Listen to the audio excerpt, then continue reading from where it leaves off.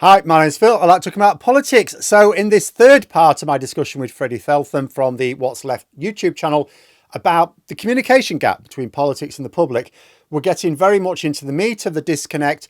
Why is politics and the public so disconnected these days, and why do politicians seem so clueless about it? What is the experience of just a normal person in the street? The experience of a normal person is that things are declining and getting worse. Yeah. And we need to square with that psychologically. That's a really important thing. But, and this is the problem of the hubris of the managerial political class that we have right now, is that from their vantage point, they're like, you think this is bad? This could get a whole lot worse. Yeah. And they think that as a result of that, that might be true. That might be true. Yeah, It yeah. probably is true. It certainly is But true, I think. But but yeah. yeah, but for a normal person, do you think a normal person is going to eat that up? They're going to go, shit's getting worse for me, mate. Yeah. So the point that politics now has to square with is that they need to return control to people's lives. People need to feel like they have agency, Yes. and they don't. And I would argue that not necessarily we need to do fucking Harry Carry, right? But like we need to shed a lot of fat politically. I'm talking from, and this is, you might think this is a bit populisty, but I think there is issues with a bloated civil service. There's issues with quangos and bodies that aren't clearly accountable to the public, which then shield accountability of the politicians, where people then feel as a result that politics doesn't listen to them. And we need to change that. There's certain things where we do actually need to change it because there is a material disconnect between people and politics. I also do think some of it's perception. Like you talk about quangos, and it's like, okay, but you do also need groups of experts who will do proper research, because you don't want to leave everything to the instincts of a politician, because their instincts are chaotic at best.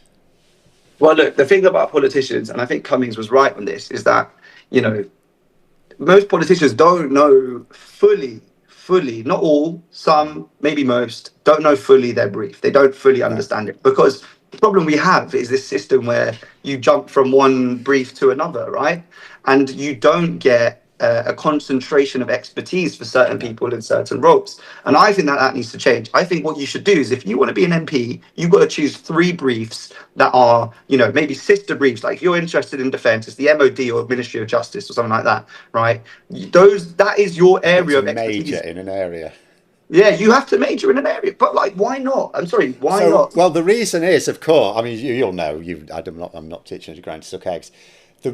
First of all, when Cummings was about, there was a revolving door of ministers because it was ridiculous. And the problem with that, of course, is it doesn't have to be a cabinet minister, even, although that is worse. But even a junior minister, as soon as they've gone, all the work they were doing stops. It's in the bin, because the new person has to come in.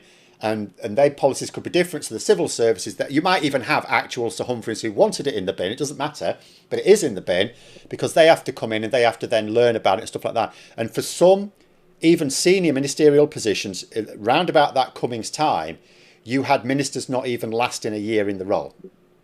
So that's one of the reasons there was a lot of paralysis in government over the last 10 years, because you had that revolving door. But And that's a bit more stable now, even though I don't expect it to remain stable, because Labour's sort of problem is they suddenly gained over twice as many MPs, and they will want some of those MPs to emerge as stars and replace the ones who got the ministries when they first came to power, just because they'd been MPs already. So there's going to be more revolving door, I fear. But the reason for it, of course, is a ministerial position from our point of view is they're supposed to be in charge of an important area of policy.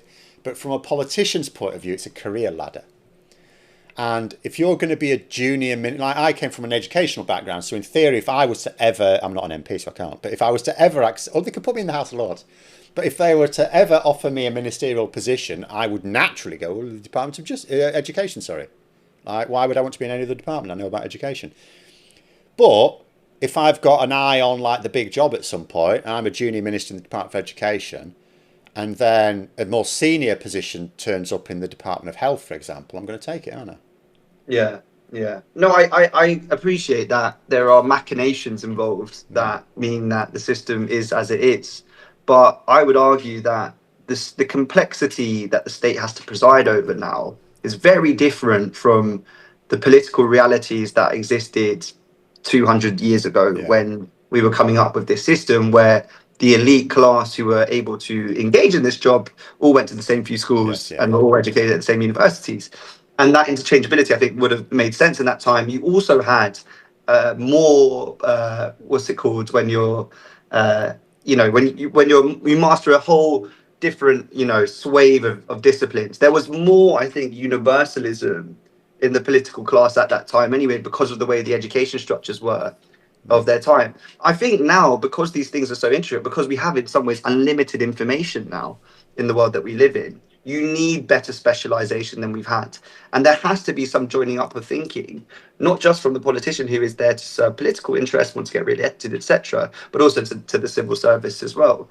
And I think basically what's happened, you could argue, and I want to put this to quite a few people who are in the know, but if the civil service is essentially having to run the country whilst there is political psychosis going on, which is essentially what happened towards the end of the Tory, last 5 years of the Tories, and now a Labour government's coming, all the civil service can do in that situation is manage decline, right? That is all they're capable of doing. So look, this is like, this is a problem. This is ultimately a problem, because essentially, managed decline is what happens when people don't know what the new project is that's going to usher in the new age. And we are, with the advent of AI now, living in the next revolution. People like Aaron Bastani, who I'm actually interviewing late today, he would say that this is the biggest inflection point, arguably in human history. Like, this is the biggest serious change of how social fabric is going to be, woven together. It absolutely could well be.